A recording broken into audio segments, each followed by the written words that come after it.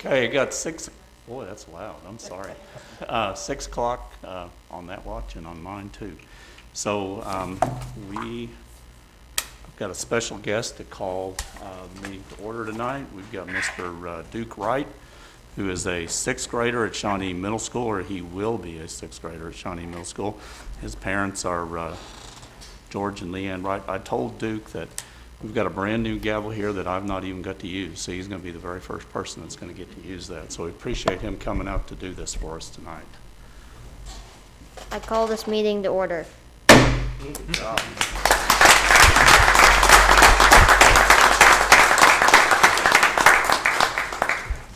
Good job, buddy. Okay, so let's call the roll. Weaver. Here. Lund. Here. Volk. Here. Rutherford. Here. Seaborn. Here. Salter. Here. We have a quorum. Very good. We have another special guest. I like having special guests. So we have Pastor Darrell Fields of the Union Missionary Baptist Church is going to come and offer the prayer for us tonight. Yes, sir. Come on up front.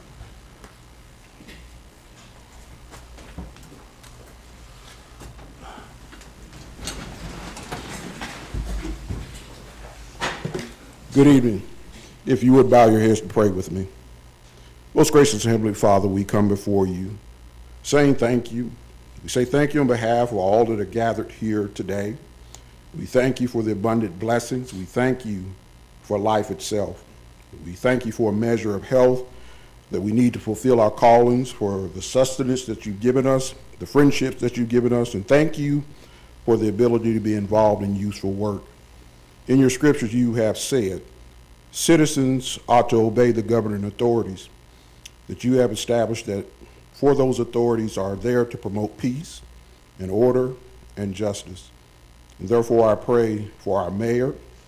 I pray for the various levels of city officials, and in particular for these assembled commissioners. I'm asking that you would graciously grant them wisdom for governing amid conflicting interests and issues of our times, that you give them a sense of welfare and understanding of the true needs of our people, the keen thirst for justice and righteousness, confidence in what is good and fitting, the ability to work together in harmony, even when there is honest disagreement, personal peace in their lives, and joy in their task. I pray for the agenda that's set before them even today.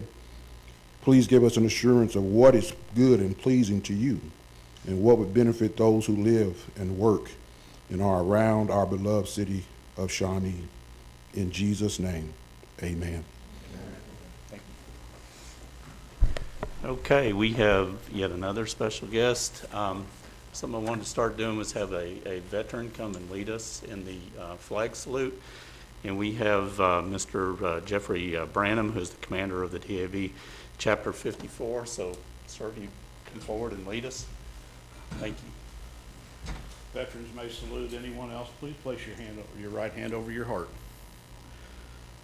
I pledge allegiance to the flag of the United States of America and to the republic for which it stands, one nation, under God, indivisible, with liberty and justice for all.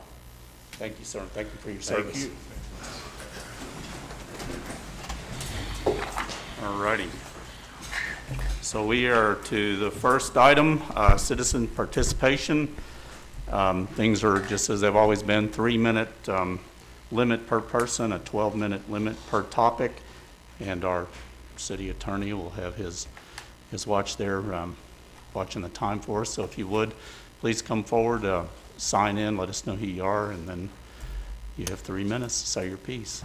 All right, I'm Erin Stevens with the Shawnee Expo Center. So just wanted to come by and do a quick announcement for the venue and on behalf of some events that we have coming up. We are super excited to announce today that we have a new drive-in concert, live concert coming into town on August 28th. It's going to be for King and Country. So great gospel group, going to be a great concert. The tickets are by vehicle. They start at $100. And it's just going to be a great time. Social distancing. We all got our lawn chairs in the back of the truck or whatever. So going to be a fun time. And then just wanted to also announce that currently on sale is our tickets for our Monster Truck Show. All-Star Monster Trucks are coming to town on September 19th. They'll be in the grandstands.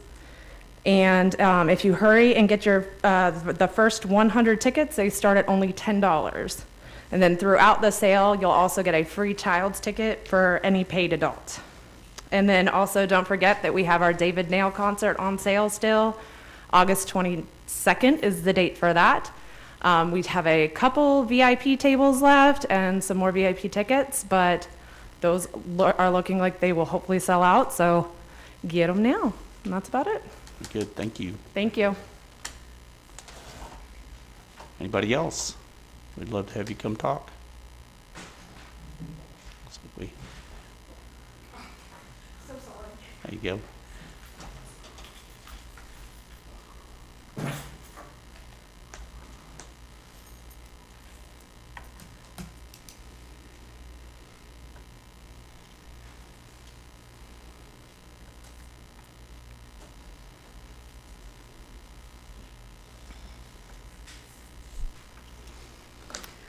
I'm LaDonna Bryce, and having seen on the agenda that there was going to be discussion on COVID, I wanted to come. That kind of indicates to me that the city's possibly going to mandate a mask policy, and I wanted to speak on that. There are those in this community, and I myself are in there. We have a hearing issue. I am completely deaf in my right ear. So I tend to address and look at people directly when they're speaking to me. And in a group, that is how I am able to follow the conversation, is because I see who's speaking and I can look at them directly. So when everyone has a mask on, that impedes my ability to hear them. One, they're muffled, their voice is muffled, and it's distorted. And so I'm asking, if a business wants to have a mask policy, that's fine. I'm all for that because I have my own business as well. I can do that. But that gives me the opportunity and the choice to say, I don't want to go in there because I don't want to have that. I was at a hardware store today, and the lady was so respectful, and she pulled her mask down so that I could look at her directly. And I thanked her for the respect that she gave to me, and I explained to her what my issue was. And she looked at me and she said, I understand, because I have the very same issue. It's so hard. And I understand that people say that masks save lives.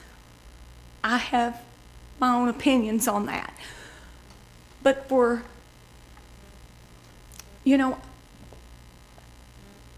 this is very passionate for me.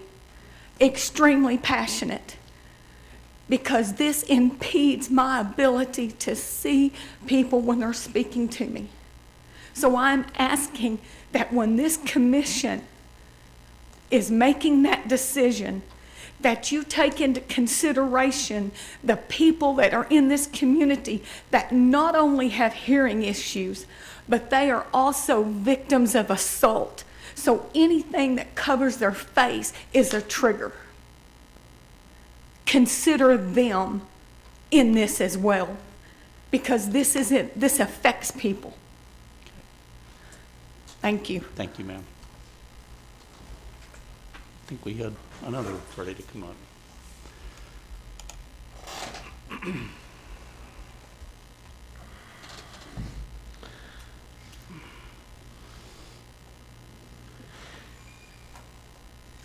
Hi, my name is Jack Barrett. I'm currently the chairman of the Traffic Commission, And if the commission so chooses to, I'll continue to be that. What I wanted to mention is that I have had a conversation with Seth, the new city engineer, about actually using the traffic commission for what it was intended to, not just as a rubber stamp on fluff pieces, but to actually be a communication tool between the community and the commission, and ask that that you guys use us to the fullest extent. We volunteered for that job. Travis was formerly on there as well. So I would ask that you take advantage of our labor and use us as you see fit. And I would also like to add that it would be my wish that the Shawnee City Commission considers emotion and opinion, but studies science and fact. Masks stop the transmission of the COVID virus. So I would ask that you do take action on that on the positive side. Thank you. Thank you, sir. We have a lady back here, it looks like. As soon as we figure out how to get her up here.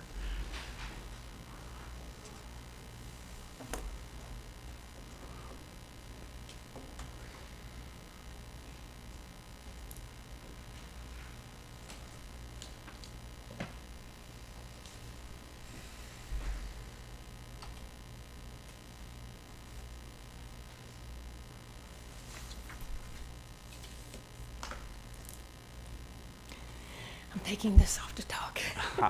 Hello, I'm Carol Tomlinson. I've lived in Shawnee for most of my life. Came here with my children when they were young, my husband and my children. I've been here in this room before you people with my husband, Phil Tomlinson, many times as he was working on projects for Shawnee. I'm here tonight to speak on a very important project. I think it's probably more important than any project we've ever done for the city. And if Philip were here with us, he would be right here beside me talking about it. So I just know that Shawnee, I love Shawnee. It's a very wonderful town to live in, a good hometown, and we've enjoyed many blessings here. I think that we are a very sensible community, and I think that we are community-minded people, and I'm sure that all of you have read and watched and reread and rewatched all of the scientific reports on COVID-19. And I do want you to know that I don't have any political relation with my thoughts on COVID-19. It's definitely something that I'm just passionate about. I do know some things that we need to think about. We need to think about what the scientists are saying. We need to consider what is best for this little Shawnee, America, where we live. It's a wonderful place. We have a lot of people. I love a lot of people here. I taught in Shawnee many years. I'm still friends with a lot of those kids and their parents and their brothers and what have you. So I am very passionate about this. I do know that there are some things that we need to consider. I know that you're going to discuss this, but I would like to beg you to formulate some plan for stopping the spread of COVID-19 to save lives in Shawnee. I already know people, you probably know people that have had it or that have it, or I have family or friends that have it because it's here. Ben, you know it's here, don't you? So anyway, we know how the spread happens of COVID-19. We know how it spreads. It spreads by droplets from your mouth or your nose.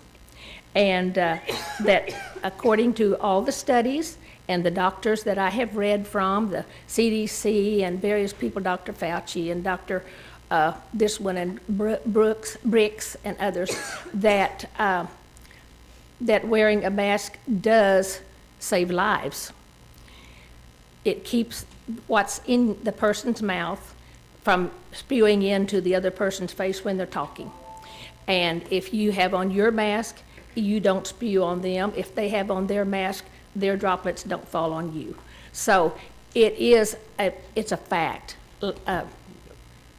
Just let you know, your time My is up. time To is wrap up. up real quickly, please. We need your guidance in making this community an effort, a place to wear face masks when they're in public, especially if they're inside. So anyway, I'm begging you to truly consider this, read up on all of the facts before you make any decisions to pass on it. Thank you very much. Thank you very much. Anyone else that would like to speak? Come on forward, sir.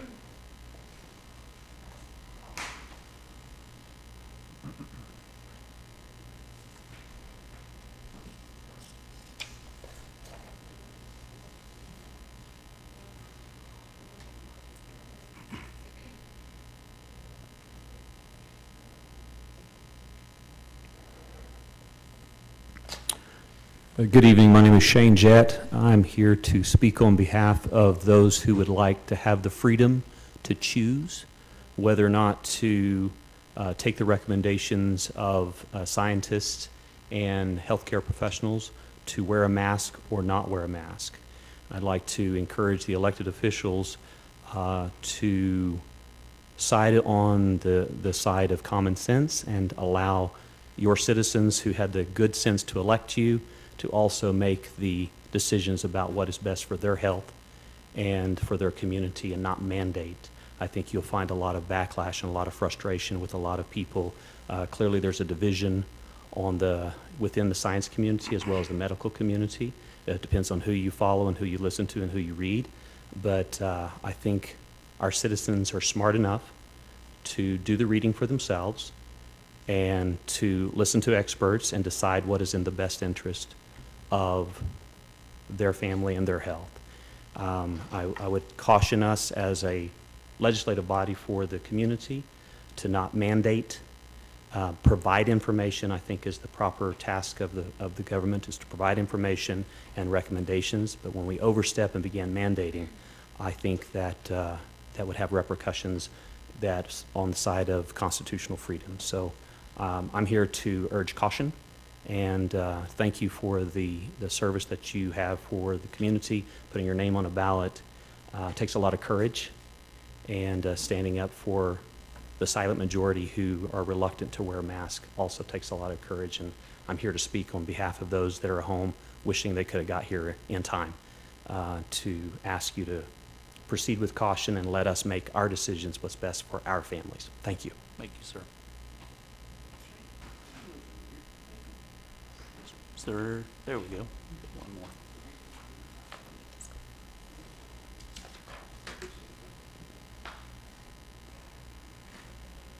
My name is Deborah Waterman. I am a disabled veteran with an anxiety disorder. I can't wear a mask because of it. You can't look at me and tell me I'm disabled. And I don't want to have to go through having to try and describe this, which is a HIPAA violation anyway. Nobody needs to know my personal business. Just discussing the issues behind my anxiety brings that anxiety up. I don't want to have to face that, and the thing that concerns me most with a mask mandate is turning our cops into mask police, because they can't confront a person. They can't make them prove their disability. You can't prove the exemptions. I mean, I know people are getting doctor's notes and all that, and I have that if I need it, but I feel that's an infringement on my rights. I fought for this country, for freedom, to make my own health choices, to be a responsible citizen, and know what's best for me and my family. I'm a highly educated health professional, not a doctor. I won't say I am that, but I am educated. And I want the freedom to continue making those choices for myself. And generally, it means I stay home. But before any of this ever happened, that's what I did when my kids had the flu, or they had the stomach flu. Or we self-quarantine, because I know that's a good way of handling things. Putting masks on everybody is not going to do much. And yes, there is the science. I've just today looked up 5 scientific peer-reviewed journal studies that said masks really don't do a whole lot, and those are within the last couple of years. That was the N95, the cloth mask. We've also had problems with cloth masks causing I know of 2 people who have had seizure disorders that were brought on by wearing a mask. There have been other issues that with the bacteria and mold, people getting it in the lungs. So these are not necessarily the best things, and everybody as an individual needs to decide what's going to be the best for them. So I support businesses making those choices themselves if they want to require masks. I have no problems with that because I believe in capitalism and they have the right to decide what goes on in their own businesses. I have a little bit of a problem with a legislative body trying to decide whether or not I can breathe fresh air when I'm out walking around. So that's my 2 cents. Thank you very much for listening, and I appreciate you guys serving. Thank you.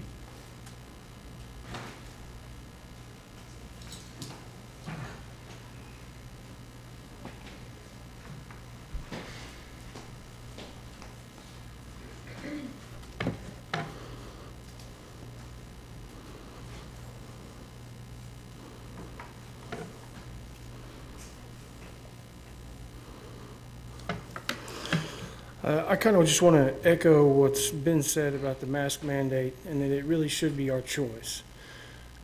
Standing in front of you all tonight, I've seen several on the commission and in the crowd, whether they be commission now or post-commission, excuse me, who have come in here without masks on one week and with a mask on the next week.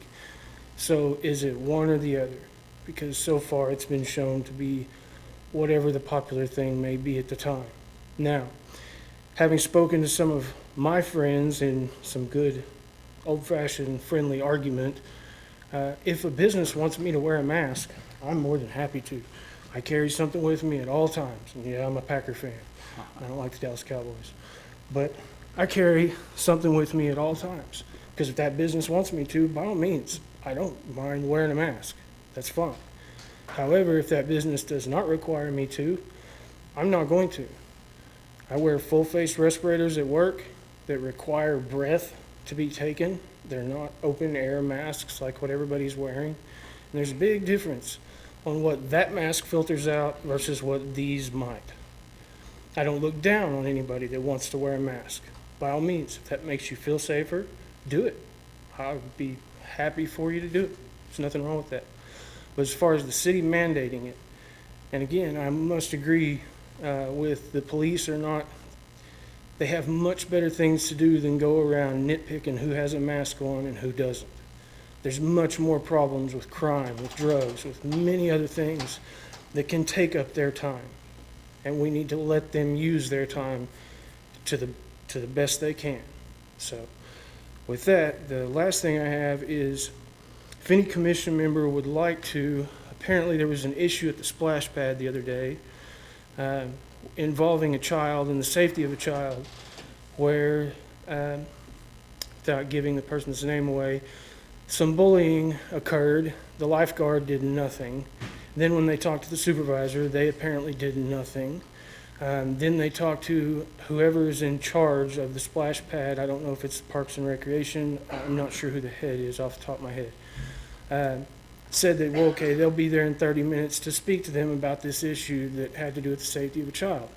They called back 30 minutes later and said, oh, well, we're not going to show up. It's not worth our time. Now, I did think that is worth the commission's time to look into and to find out what was done wrong here by maybe the lifeguard, maybe the management, maybe the head of it all. But I do think that's something y'all should look into. After the commission meeting, anybody that would like to be put in touch with them, I'd be happy to. It's just a family, just regular people in Shawnee. But they had an issue with the safety of their child, and I think that's something that ought to be looked into. So, thank you. Thank you.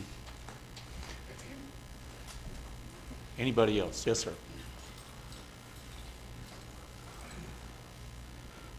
Since it's already been brought to your attention, and you had a disabled vet here talking about the HIPAA laws and everything. Also, one of the other things that I do for the chapter is that I'm a service officer, and I work with vets here in the Shawnee and surrounding area. And that is a big concern for theirs, but the one thing I wanted to bring to your attention is a notification that I received yesterday through the VA and through our DAV organization that in some cities where they have mandated the wearing of the mask, like in Oklahoma City, one of the things that they did is You can still be ticketed, but you have to go to court to prove that you have a doctor's note. That got the attention of the ADA, the American with Disabilities Act, and they sent out a notification that when something like that happens, if it's a store or even if it's a city, they've talked about hiring lawyers to look into this kind of stuff.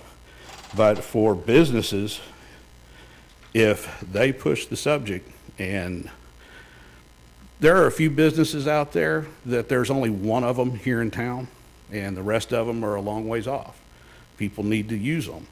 And being that said, the fine for violating the American with Disabilities Act is $75,000.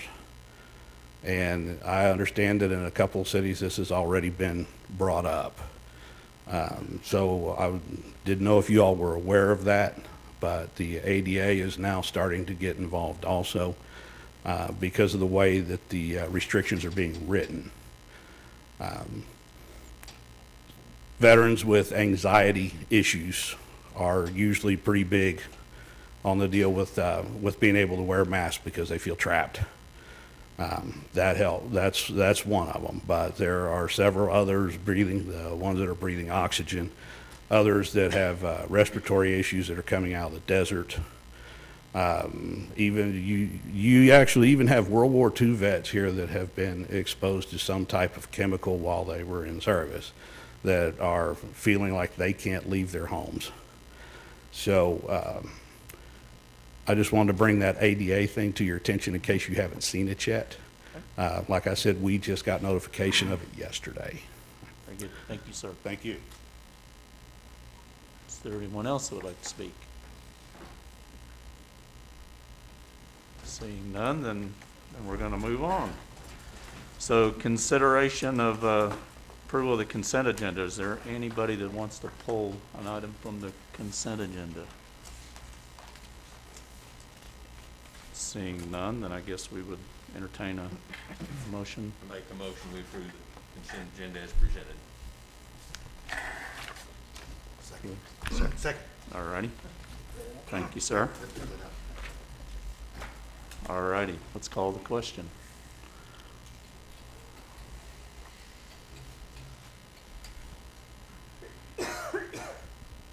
Okay, passes 6 ayes, 0 nay. Very good. Moving on, presentation by Animal Control to present Pet of the Week. Do we have a Pet of the Week? No Pet of the Week, sir. Okay, then moving on. Presentation by OG&E Electric Service. Chance, it goes to you. Mr. Mayor and Commissioners, I'd like to introduce Melena Moffitt with OG&E. She's the Manager of Resource Allocation. She is going to discuss the LED light program and their OG&E's efforts to replace the old pressurized sodium bulbs to LED and retrofit across their system. So this is something we tried to do before we started Zoom meetings with the pandemic, and I think in April we didn't get to do that. So we have her here today, so we're really excited to introduce her. Come on down.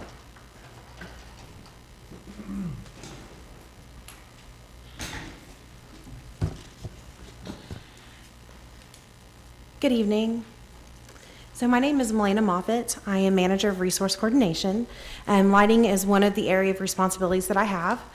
I'm going to go through my presentation this evening, but my main goal is to really discuss the LED program with everybody. There's a lot to know about it, how we're proceeding forward. We've worked with the City of Shawnee, we've worked with Chance and Ashley on the LED program. They've helped us identify lights that are out, helped us create jobs to get these converted, and I'll talk a little bit more about that. So let me go through this. I'm going to follow along on my tablets. Oh, do I have the control? I do. Hear me, because I don't. There I go. It's like magic. Okay, so the LED program. OG&E began the LED program in 2018. It is a 5-year program to convert all of the legacy lights, that's the high pressure sodium, the metal halides, mercury vapor, to LED through an attrition process. So what that means is that the lights have to fail, While we still have legacy lights out in the field, we do still rely on customers to call those in. When they call them in, we'll create a maintenance ticket. I'm looking at a different screen, my apologies. We'll create a maintenance ticket, we'll roll a truck out there and assess the situation. If the lights are able to be changed at the moment on the spot, depending on their circuit wattage, then we go ahead and convert them. If they're not, then we turn it in for what's called a 480 volt conversion. Most of the lights on interstates and thoroughfares like 177, those are all 480 volt circuits. Even the lights on Harrison, the lights on Kickapoo, those are all 480 volt circuits. That means that they're a little bit more complicated. It's not as easy as going out there and changing a bulb. There's a whole lot to it.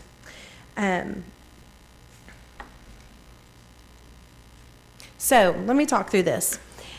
I know that I've gotten some questions from some different city officials and residents asking about, well, there's lights on Kickapoo that were out for, X number of days. We turned a ticket in. What was the delay?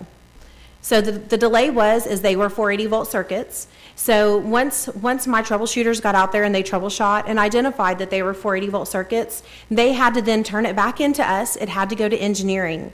Engineering had to draw a design.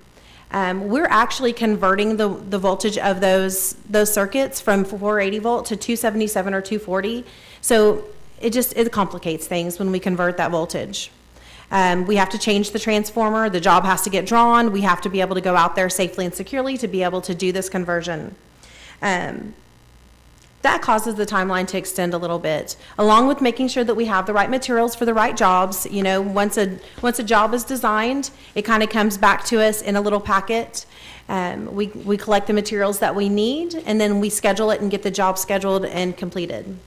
Okay. Now, there we go. Now you may ask, well, why is it that when it's a 480 volt circuit, it requires a little bit more time and requires that engineering drawing? We have to go out there, we have to de-energize the line. We have to remove the 480 volt transformer. We've got to hang the new 277 volt transformer. We've got to remove and replace the spools. That's part of the wire. They're connected in there.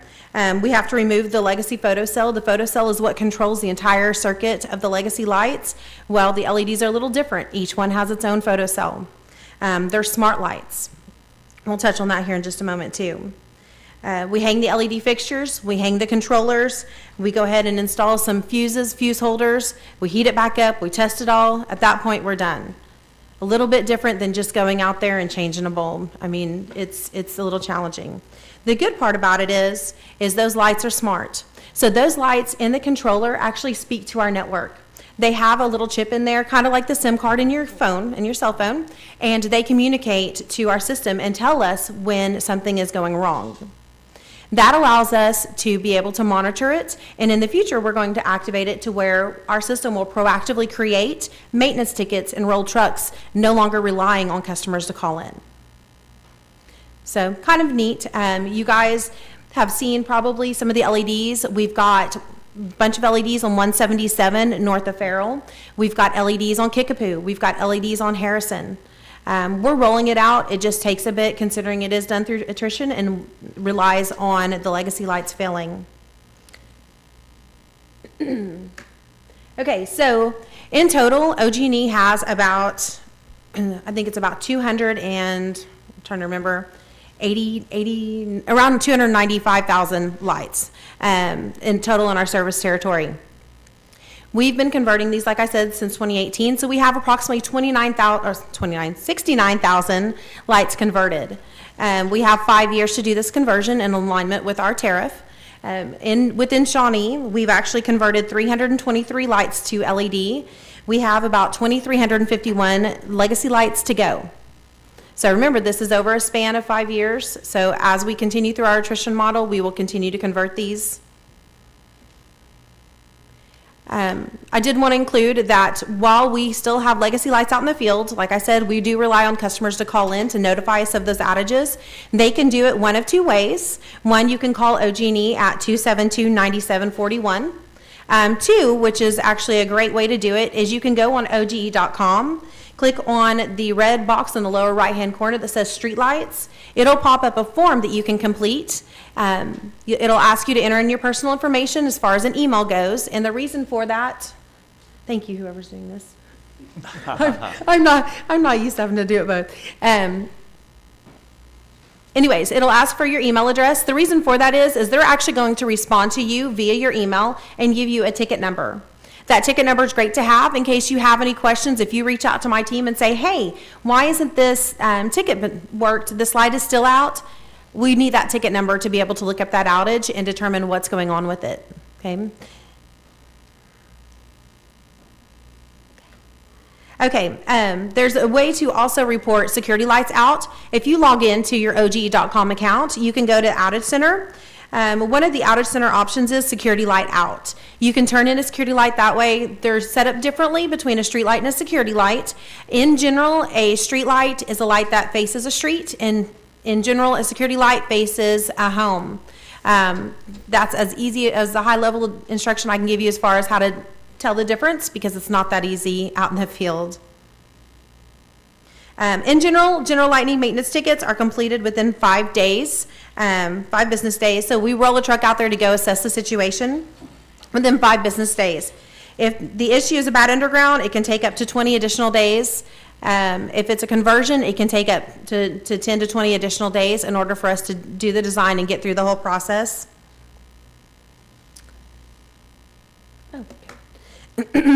So all new lighting requests, if the city contacts OG&E and asks to have some new lights installed, all lights going forward will be LED. We don't have any other lights to offer other than LED, but we do have a brochure with all different options.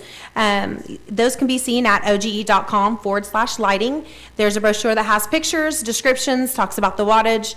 We do have equivalents for LED solutions as far as everything that we have in the field from a legacy standpoint. We have an LED equivalent that we can hang when those lights fail. Any questions? Yeah, I've got one. Sure. I really applaud the change in town. It's been wonderful. My question on Interstate 40 and the very, very tall lights, would you explain why those haven't been fixed and what it's going to take to get that taken care of? Yes, absolutely. So those really tall lights, those are called high mast towers. Those towers are about 90 feet in height. They require some special management. So when we originally rolled out LED, we didn't include the high mast. There wasn't an LED high mast solution at that time. Recently, within, I think it's probably been the last year, we updated the tariff to include an LED high mast solution. That has some different requirements. So in order for us to be able to go out to those locations and change those lights, convert those to LED, 2 things have to happen. 1, the city has to sign an LED agreement for high mast. That's been done for the city of Shawnee. Okay. 2, the second piece is those high mast towers have to be inspected for mechanical as well as structural soundness. Okay. I don't know if you guys drive up around I-44 in Oklahoma City often, but there was a high mast tower that fell. It fell right along the side of the interstates, right? They're 90 feet tall. You guys know we have the great weather here with the straight line winds. I mean, it really does damage on their structures. We don't want to take any chances from a safety standpoint. Safety is our top priority as a company. So we want to make sure that before we roll out there and have a crew lowering that ring, that the structure is sound and safe for them to be there. Okay. So that's the part that we're waiting on, is we have to get those towers inspected. The city of Shawnee is responsible for getting those inspected and reporting the report to us.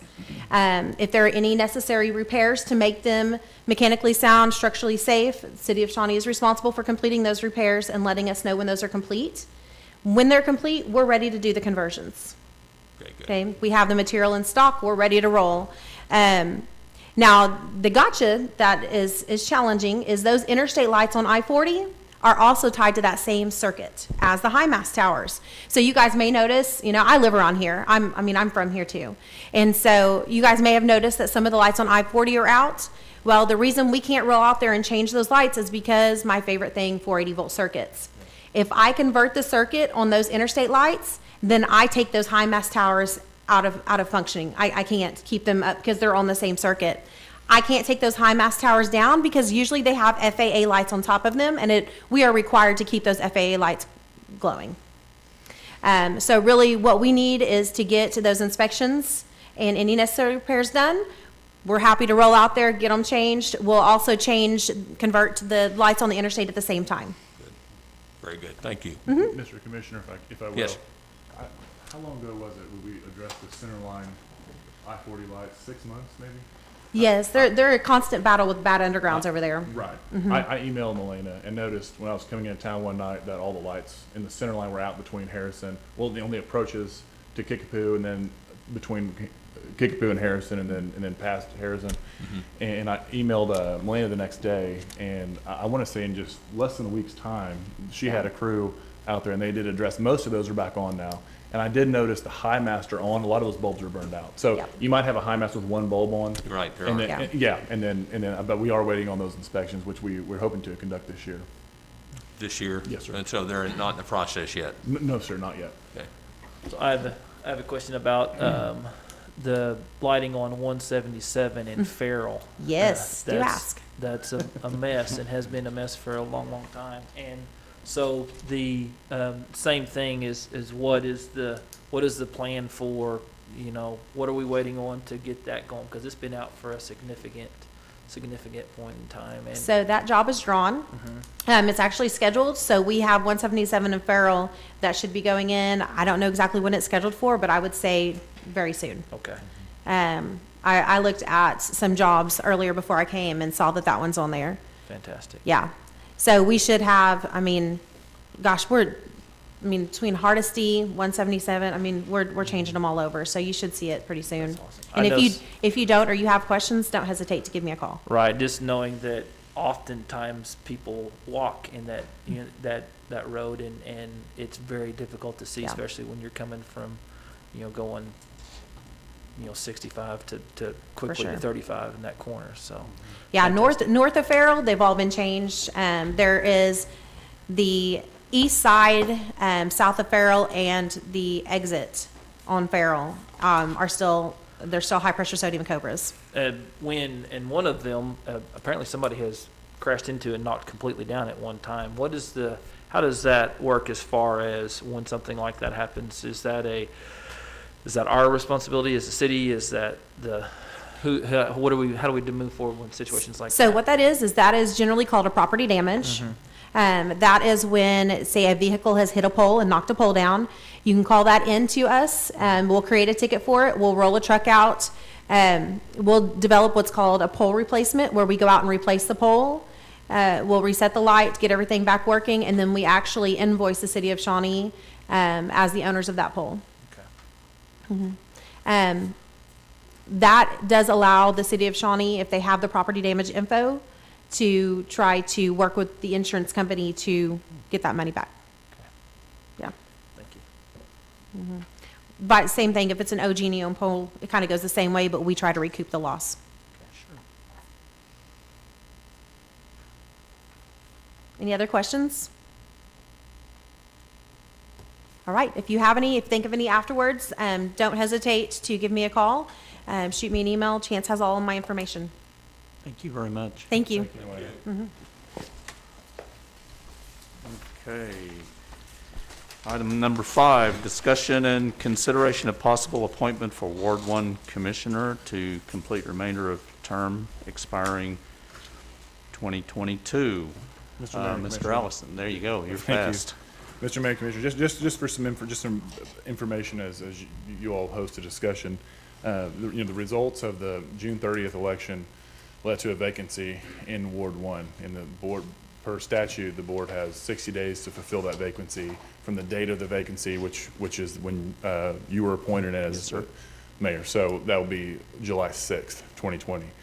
The staff is willing to in any way to help facilitate your appointment process. We'd recommend that you all take applications from the public.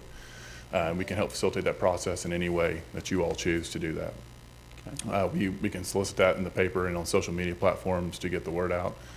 Since this is a time-sensitive issue, we would suggest taking those applications to the end of next week, so that on August 3rd, we could set up another agenda item for that appointment to be considered.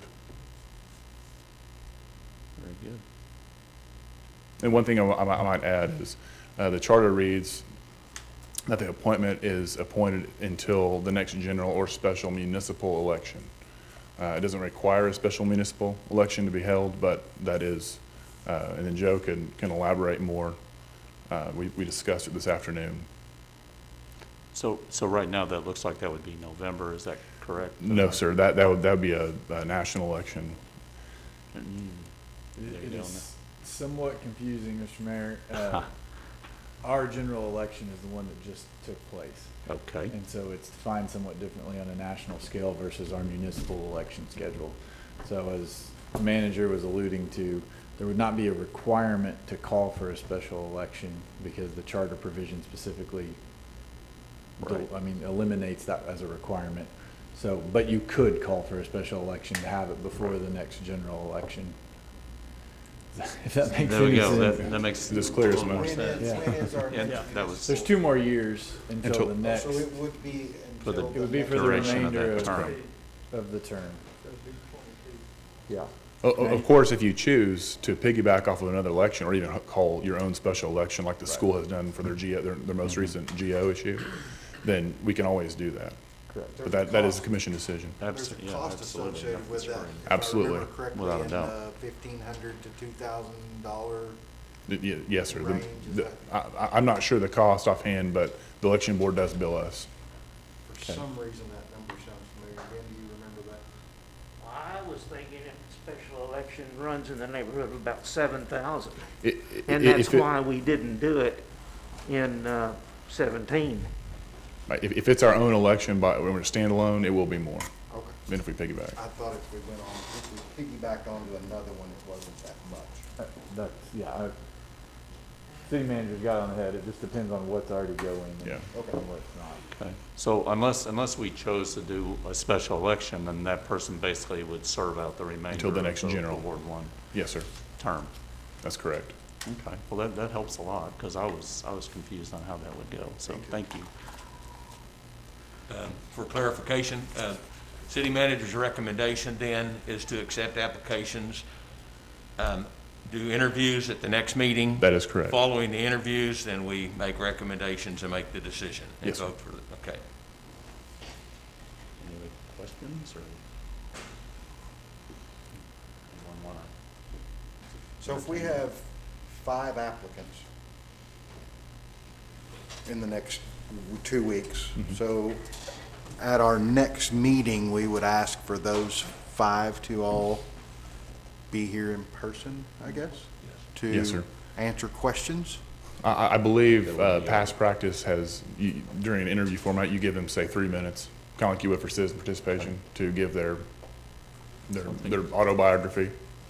I think we'd want them to be here. Right. Yeah, to have that much interest. Absolutely. And then the following meeting being August the 3rd. That would be August the 3rd. That would be all.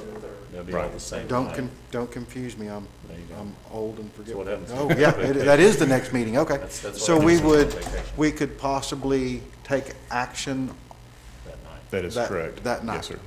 Okay.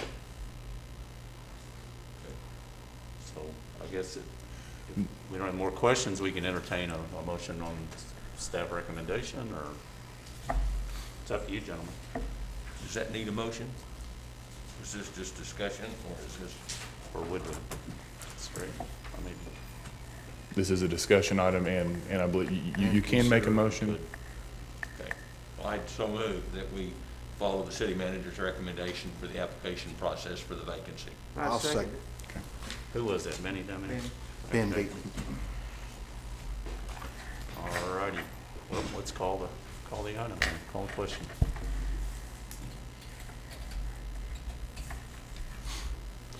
Okay, passes 6-0. Thank you very much. Get my eyeballs back on, we'll see where we're at.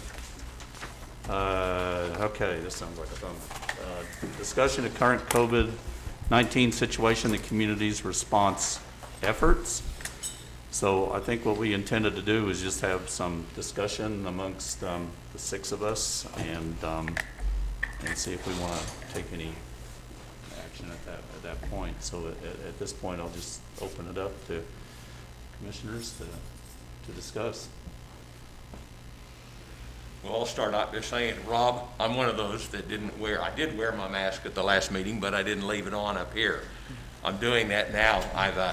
I realize there is a lot more seriousness than I had realized before, and I'm committed for us to discuss and try to determine parameters, but I think we do have a serious health issue, and I think we have a responsibility to try and protect as many people as we can. So I've tried to be as educated as I can, and everyone else out here has been as educated as they can, and we just have to make a decision. And this is just discussion for our purposes. But if this discussion is to try to come up with some parameters of whether we mandate masks, and if we do, what the guidelines will be for those, and what the consequences will be. And I think that's what we're here for, is discussion and not action tonight, and it'll allow plenty of time for input from citizens as well. But my 2 cents worth, though.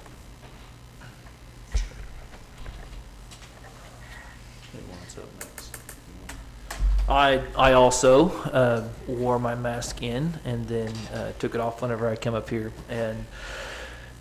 and also as the positive cases have continued to rise across the state, I have tried to be more diligent about wearing the mask whenever I was in public.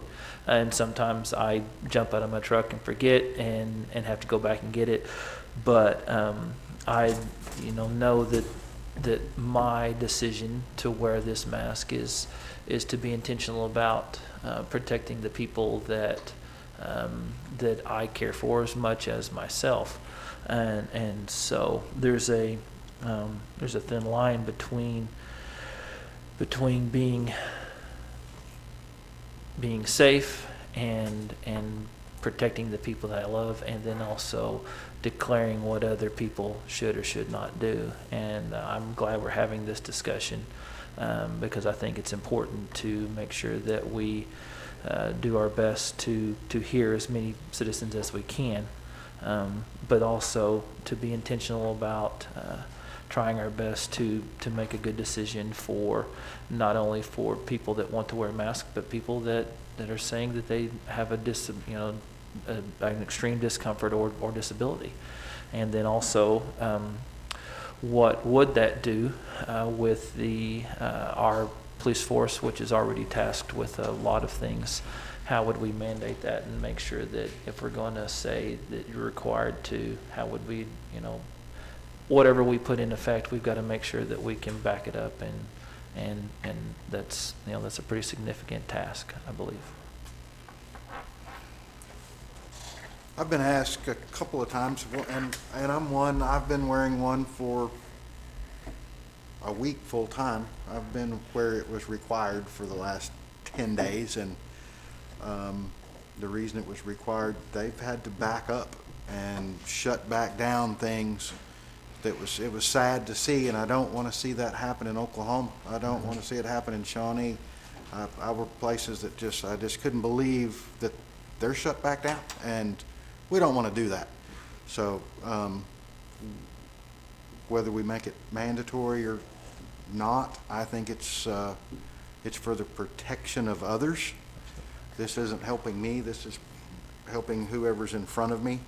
I've been contacted by a couple of different school administrators that said, ask for us to please do something within the city.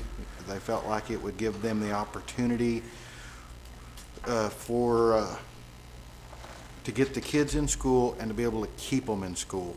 They're worried that they're not going to be able to keep them in school if we change colors and they have to leave, and have to pardon my ignorance on some of the things they were saying. I have been gone and was kind of shut off from the world for a little while, but I believe where we are now, we're in a good place, but we need to stay here. So do we want to wait and see if it gets worse and then try it, or do we want to try to help prevent it going further, and to help the schools be able to keep the kids in schools? And there's going to be, there would have to be rules, of course, on age and disabilities, and, you know, all of those things would need to be taken into consideration, and it may not be possible. I don't know, but I'm just, and then today I've had people, I've got 5 emails that were adamantly against, and they were all because of giving up, didn't want to give up freedoms and disabilities, and I understand those also. So there's 2 sides. Businesses, I'm one of these. The business people that have contacted me are in favor of it. I think they're scared to make it mandatory in their business when their competitors are not. So if we as the city do that for them, we become the bad guys and they're not. So they're kind of looking to us, I think, to make a decision, which is tough either way. But that's what I have heard from people, is or both sides. So that's all I know at this point, is what I've heard from others. Yeah, it's definitely a mess, you know.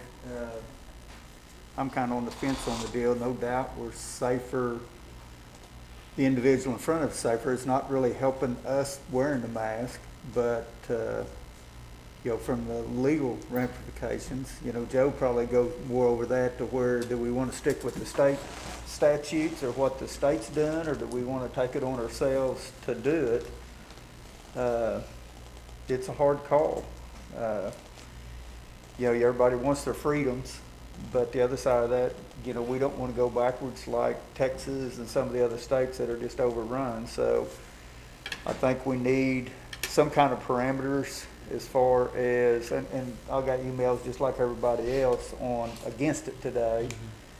And the one was pretty explanatory and talking about the numbers of infections, and, you know, at what point do we require it, and at what point do you not require it? You know, some kind of guidelines need to be set forth if we're going to do it.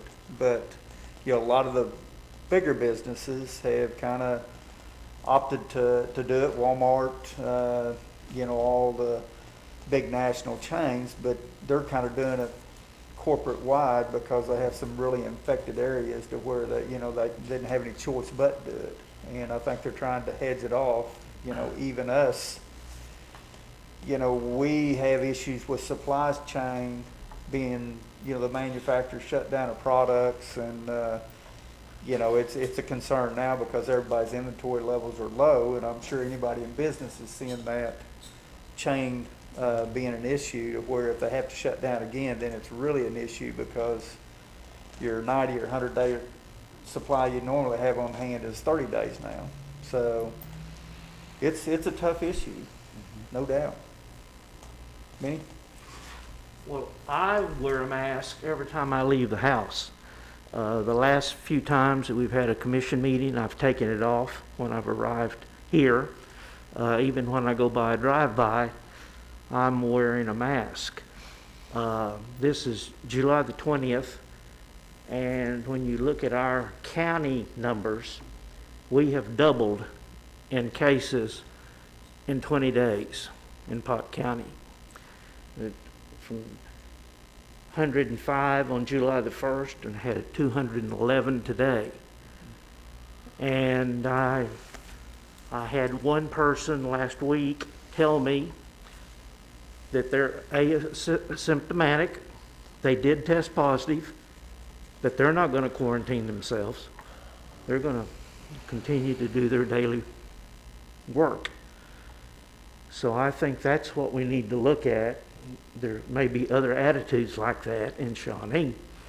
And so it's just a decision that we're going to have to make. I don't want to see businesses shut down. And I think that's why a lot of the businesses are going to face coverings, and because they don't want to shut down. So it's just something that we're going to have to work on and develop and vote on at another meeting, or even have a special meeting instead of waiting 2 weeks to do something. do we know how many's been tested? You know, because the numbers are so skewed as far as the amount of people that were tested a month ago versus today. I mean, Are you asking like within Pot County or? within Pot County. I don't know, Pot County. In Shawnee, from what I understand, we have 49 current cases. I believe I got that in an email from the state today. That's what I remember seeing. The cumulative is 200 and. Which I understand from that, but the yeah. percentage testing positive, we don't have that. No, I do not know that. Yeah, I just do the current number of active cases is 49 in Shawnee. And it has been going up. I know I had a conversation the other day with a health leader here in town, and she told me that in the last couple of weeks, our numbers, as far as people they're treating at home, in other words, someone's not in the hospital, but they know they tested positive, that number's about doubled in the last couple of weeks. But when I asked her to put that in perspective, because I mean that just doubled. What are we going from 1,000 to 2,000, or it was like from 50 to 100 ballpark. Okay, so but you know that's still it's doubled in the last couple of weeks. So I mean that's very concerning. Benny, I don't know if you had anything else you wanted to say. I don't want to cut you off before I talk. You know, personally, this has been. I've never lived through a situation like this, and I'm definitely not the youngest one up here. We've never seen anything like this. I mean, if we had a picture of this, I mean, all these masks I'm looking at a year ago, I mean, we'd think we was in the Twilight Zone or something, and that's kind of what it's felt like. You know, I see both sides of this. Nobody likes to be told what to do. Nobody likes that. I promise you, I don't. Everybody's sitting in here. If you were honest, nobody likes to be told what to do. This situation is bad. It seems to be getting worse here in Oklahoma. The numbers, you know, can be shown that it is. While you were gone last week, I mean, most days we were several hundred and over 1,000 one day, and I realized that wasn't right here, but our numbers are consistently ticking upwards, and that is concerning. I have talked with lots of folks.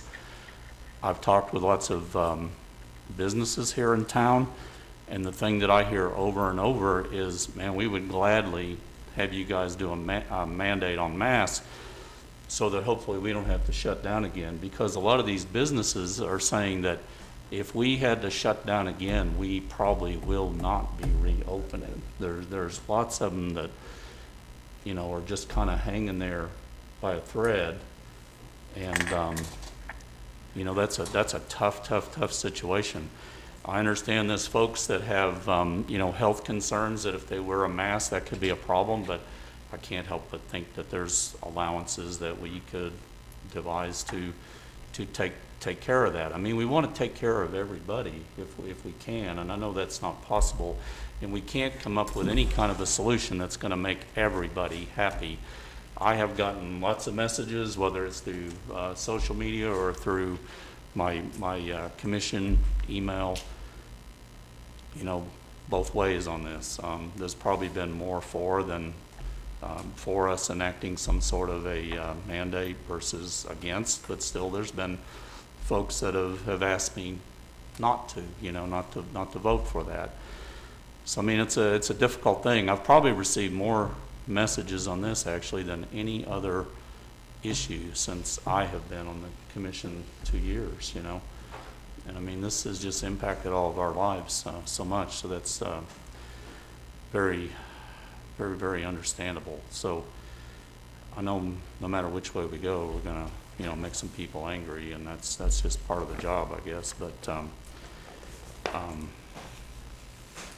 you know, it's just been a bad situation. I know we're all going to be glad to get through this, and I am confident that we will.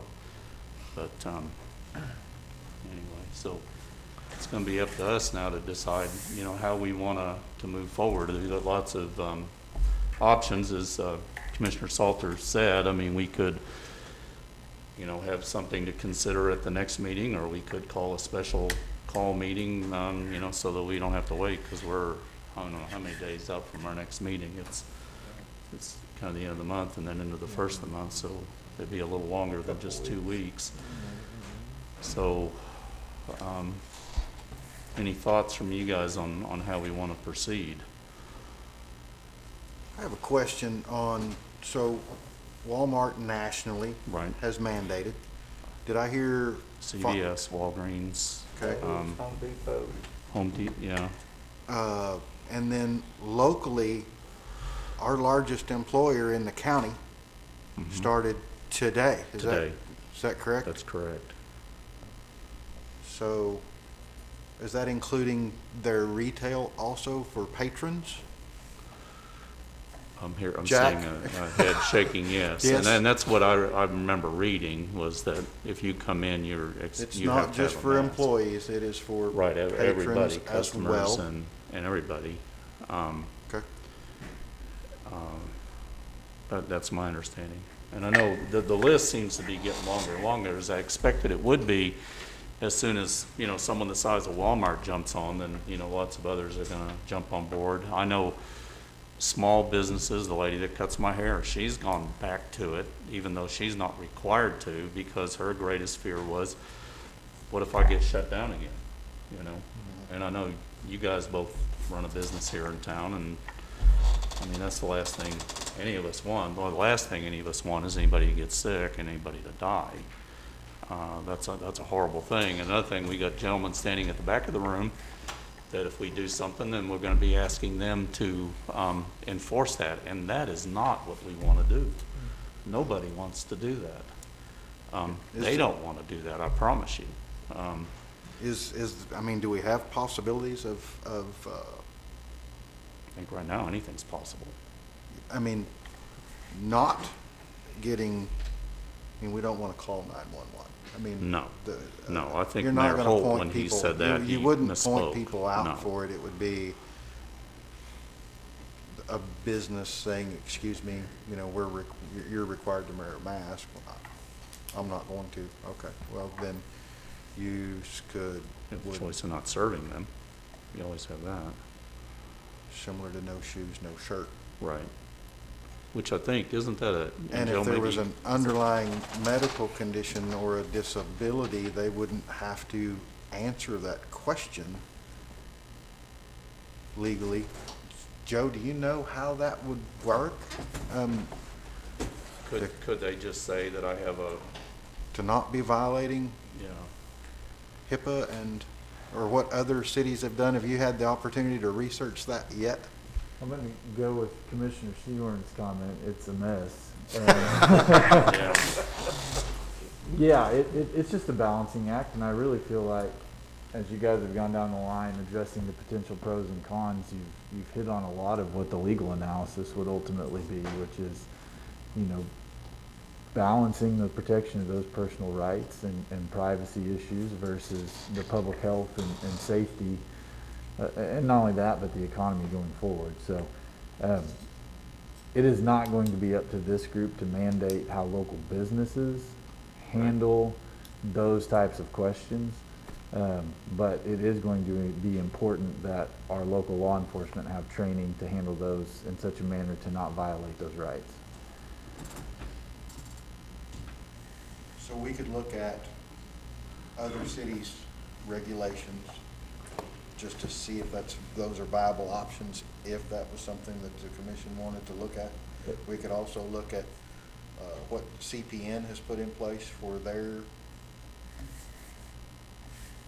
I mean, they're their own government, so I'm assuming they have something in place for their businesses and patrons as well.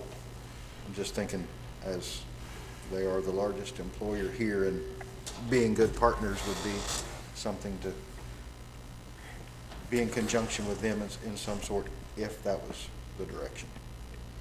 Yeah, and just for the commissions, I think any knowledge that we can draw off of from others that have gone down this road is going to be important. I know Chance has started looking, we've started looking at how other communities have approached this, and there's things that from a staff level we like, and there's things that we don't like, but that's why this discussion is so valuable to us, to hear the things that are of concern to you guys so we can bring that information in a deliverable form.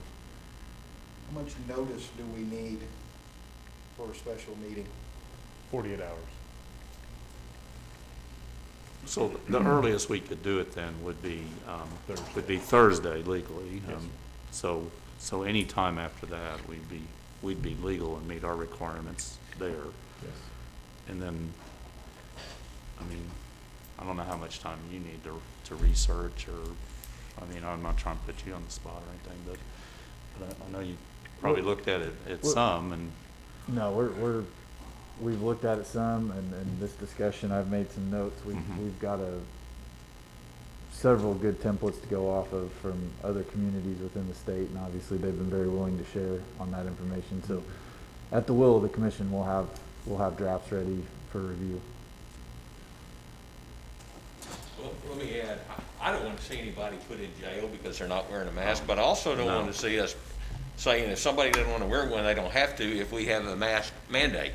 So there's a fine line there that we've got to address, and that can be done like some other cities, but just a simple matter of people saying, I'm not going to wear one, we need to have some language that identifies that that's just not right. That's not the way that it will work.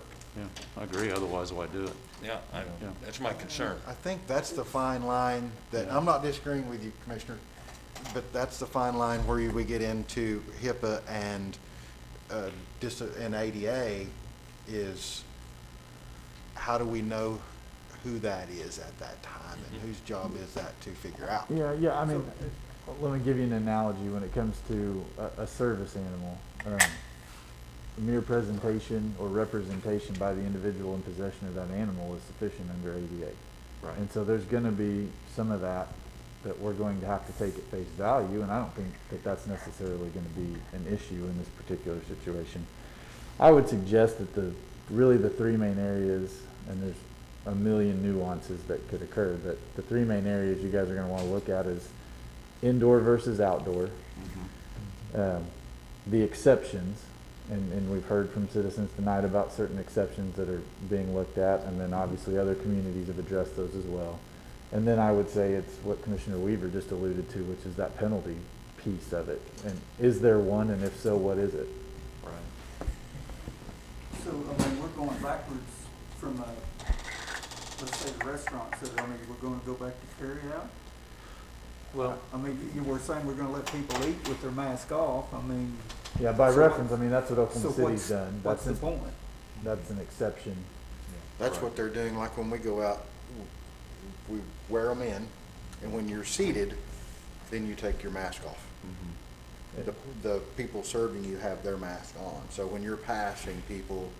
They have the mask on the wall. And our language can address that. Yeah. And that's what it is in other communities. That's the way it was working in Texas currently, is you wear it in, you're seated, and it's very spaced out seating, there's very few places, and then you remove your mask while you're there. If you get up to go to the restroom, or when you get up to leave, you put your mask back on. And I think, correct me, Joe, if I'm wrong, but I believe that's the way Oklahoma City's ordinance was written, is that, you know, when you come in and eat, obviously you gotta take your mask off, but they're asking people that, like, if you get up and go to the restroom, or, you know, something that's not related to eating, then, you know, please put it back on, which, it's understandable, but. They have a specific language that addresses proper social distancing within the Right. restaurant, and masks aren't being worn as well. Right, and my understanding, at least from what I saw in the news, of the Restaurant Association, which is their lobbying group, was very in favor of that ordinance, because they were hoping that, you know, it would increase,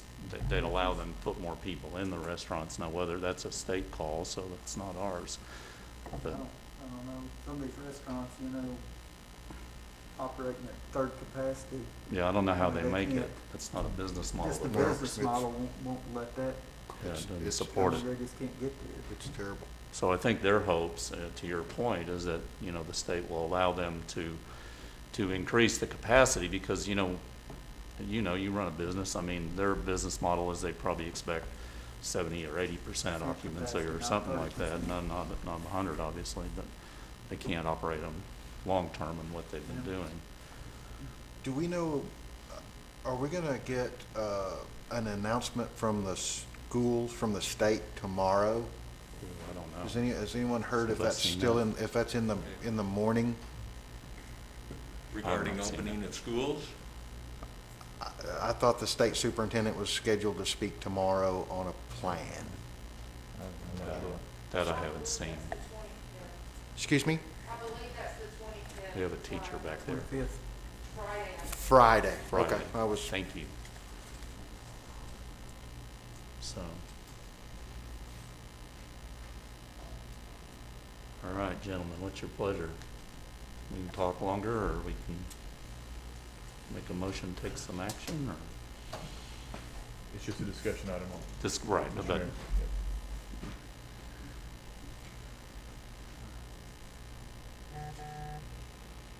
so if there's no more discussion, we move on. Okay, very good. And thank you, everyone that spoke tonight. I really do appreciate that. Let's see, we are to number 7. Consider a resolution to declare certain City of Shawnee property surplus and no longer needed for city purposes, describing said items and authorizing the donation of said items to Shawnee Public Schools. So we have Mr. Bryce coming forward.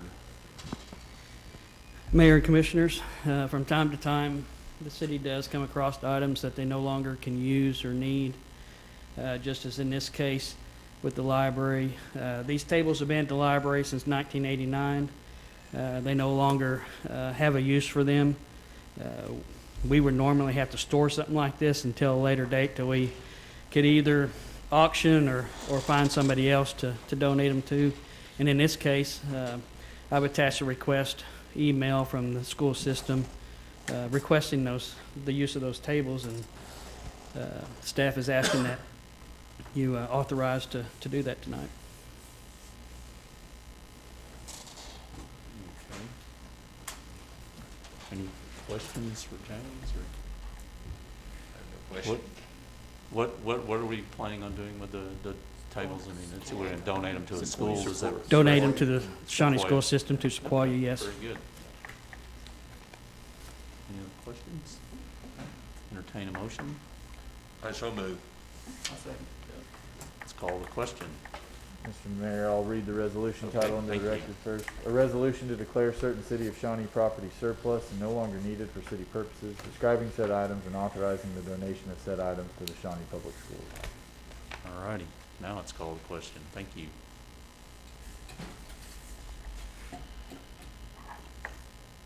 There we go, passes 6-0. All righty, let's see, acknowledge monthly sales tax and budget report, so Ashley Neal. So I have good news. Sales tax was up 27.23% above projected budget, and use tax was 20.36% above projected budget. So now just to remind you that sales tax is based off a 12.5% reduction of prior year budget, while use tax is based off of a 10% increase of prior year budget. Budget-wise, for June, we ended the year on a good note. We received 99% of budgeted revenue, and at this time have about 4% budget remaining. This is for the general fund. For SMA, we received about 98% of revenue that we estimated, and we have 3% of the budget remaining. Overall, the budget actually came out pretty well, and so I was pretty pleased, but I'm happy to answer any questions. Anybody have any questions? We're going to expect this every month. I hope. Uh-huh. Commissioner, did you have a question? No. Okay, okay. Very good. Thank you, ma'am. All righty. New business. No new business, Mr. Mayor. All righty. Commissioners' comments. Want to start down with Benny this time? Caught him off guard. I would just say, let's everybody stay safe and be careful. Sounded good. I think we've had our discussion pretty well this evening. I believe so. Any forthcoming decisions are not going to be easy. No. That's a flood. I just again want to echo the do the best to take care of you and yours, and then that this is going to be tough. I don't have any comments tonight. Thank you. Okay, and I don't have a whole lot either. I appreciate the big crowd tonight, I really do, and I appreciate everybody speaking. That is helpful to us, it really is, so thank you very much. Let's see, with that, let's see. So we recess and part of the chair opened Airport Authority meeting, I believe.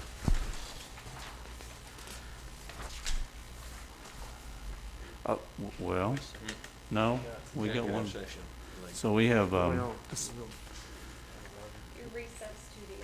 there we go. Okay, so there we go. We're good. So I gotta find my notes here, where we're at. So we're in Airport Authority. So call that the order declaration of quorum. Okay. Consider approval of consent agenda. Has anybody got anything they want to pull for the consent agenda for the Airport Authority? Seeing none, would entertain a motion for approval. I move to approve as presented. Darren, we have a second. Alrighty. Alrighty. I guess we'll call the question.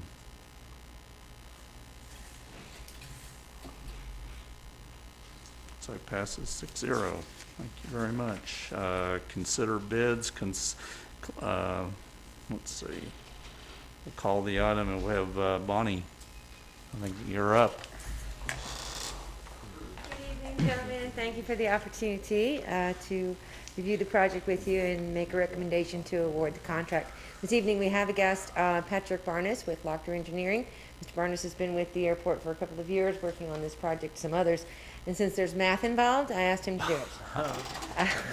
I want to take credit for the good math. You'll see that we have a budget in front of you, which shows that the out-of-pocket expenses, so to speak, for the Airport Authority will only be $31,833 for this really rather expensive project. So I'm very pleased with that.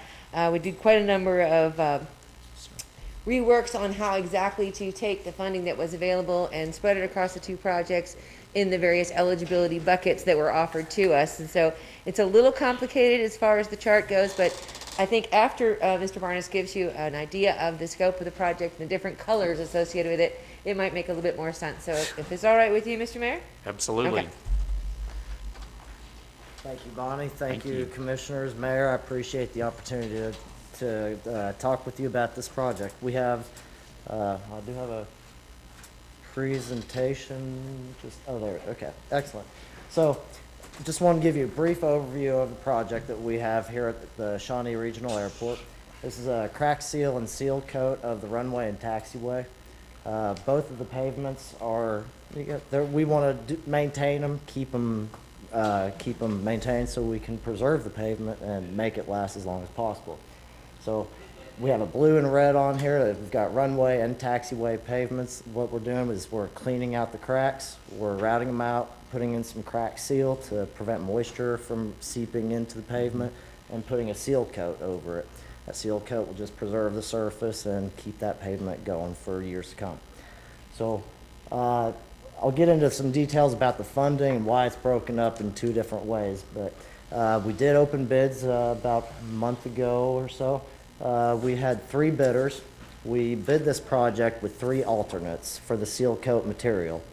We wanted to give the opportunity to have 3 different materials to try and see, put them competitively against each other, see what we could get for, and to match it into our budget that we had available. So the 3 bidders, they had the opportunity to bid either all or a single one of the seal coat alternates. Our low bid came in from American Road Maintenance. They have the alternate 3 came in as the low bid. We checked their references. We have not specifically worked with them. We have worked with the supplier they're using. So we checked their references. There were good recommendations from those references we checked, successful projects in the past. We also checked and verified that their bid was in order. Their DBE subs that they're going to use will also, they're all certified through ODOT. So we do recommend award to American Road Maintenance for this project. So this is what we really wanted to get in front of you was this pie charts here. We have This project was broken out into the runway and the taxiway. 2 separate grants, same project. FAA had a special discretionary project or special discretionary grant that was awarded around November. So that project is on the left pie chart. That's a 90% federal funding with a 10% sponsor match. Sponsor is the city of Shawnee. Of that 10% match, and again, the creative funding that Bonnie mentioned, there's also the CARES Act this year, which included a $30,000 grant specifically to the city of Shawnee for airport projects or maintenance, overall airport use. So we came up with that in conjunction with Bonnie. We come up with the idea to use that $30,000 CARES Act to put towards the sponsor match, effectively making it about a 5% sponsor match, dropping it to about $31,000 out of pocket. Second grant is the taxiway. Again, same contract, different grant, different funding mechanism.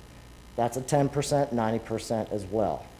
However, this year with the federal CARES Act, another portion of that included the 10% match provided by the FAA through the CARES Act, not directly from FAA. Essentially, it's a 100% grant. So that portion of the project is 100% funded by the federal government. So moral of it is $31,000 out of pocket for about an $800,000 project. That's, if you have any questions, I'd be happy to answer them. Questions? We appreciate you being creative. I said to Patrick once before, I said, you have to do liberal arts engineering, so together we make a heck of a team. We can figure out how to come out of this and use all the money that's been made available to us to the best use and reduce the overall cost of the city. I will note that we have received 2 of the 3 anticipated grants, and so the permission we're requesting this evening would be to have authorization to award to the selected contracting firm contingent upon receipt of that 3rd pending grant. Anybody have any questions? Do we have a motion? I make a motion to what Bonnie just said. Let's take her recommendation then. Thank you very much. My second. Second So by that's to Commissioner. award to American Road Maintenance, contingent upon receipt of all grant funds. Yes. Okay, so we have a motion and a second, so we'll call the question. No? I didn't. Is there a Oh, second? There was, Yeah, Commissioner Flood. yeah. Commissioner Flood. Sorry about that. He was quiet, he's shy. Yeah. I was reading. All righty, let's do it. Okay, again, 6-0. Thank you very much. It is approved. Let's see, new business? No new business, Mr. Mayor. All righty, moving on. Then we go to the municipal authority then. Consideration of the consent agenda. Was there anything that anybody wanted to pull from the consent agenda? Seeing none, I guess we'd appreciate a motion. I'll move for approval. So we have a motion. Second. Second by Commissioner Rutherford. All righty, let's call the question.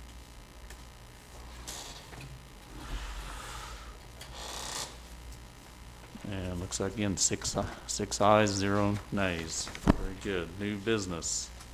No new business, Mr. No Mayor. new business. So now we are adjourned back to the city commission meeting, and I think I can find my spot here. We have discussion, consideration, possible action to enter into executive session for discussion related to the employment of Kelly Gibson in accordance with Oklahoma Statute 307B1, discussing the employment, hiring, appointment, demotion, disciplining, or resignation of any individual salaried public officer or employee. I move for executive session. All righty, so we have a motion. Second. Second. All righty, let's call the question. So passes 6-0. So we will then go into executive session. Back in session from so we've reconvened into the commission meeting. Do we have a motion? I'm sorry? Read Oh, item up. Let me get my eyeballs and I'll read it. Sorry about that. You guys will get me trained, I promise.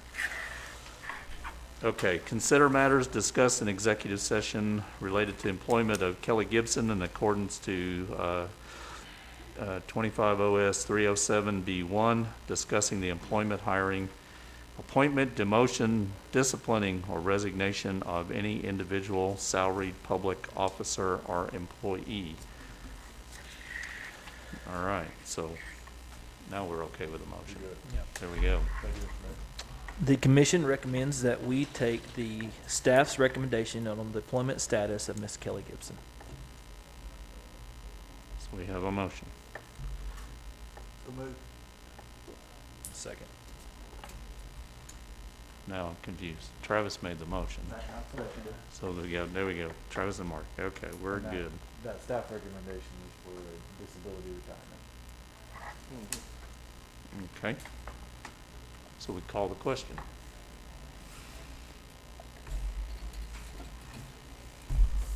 Okay, passes 6-0. That seems to be the last thing, so we stand adjourned.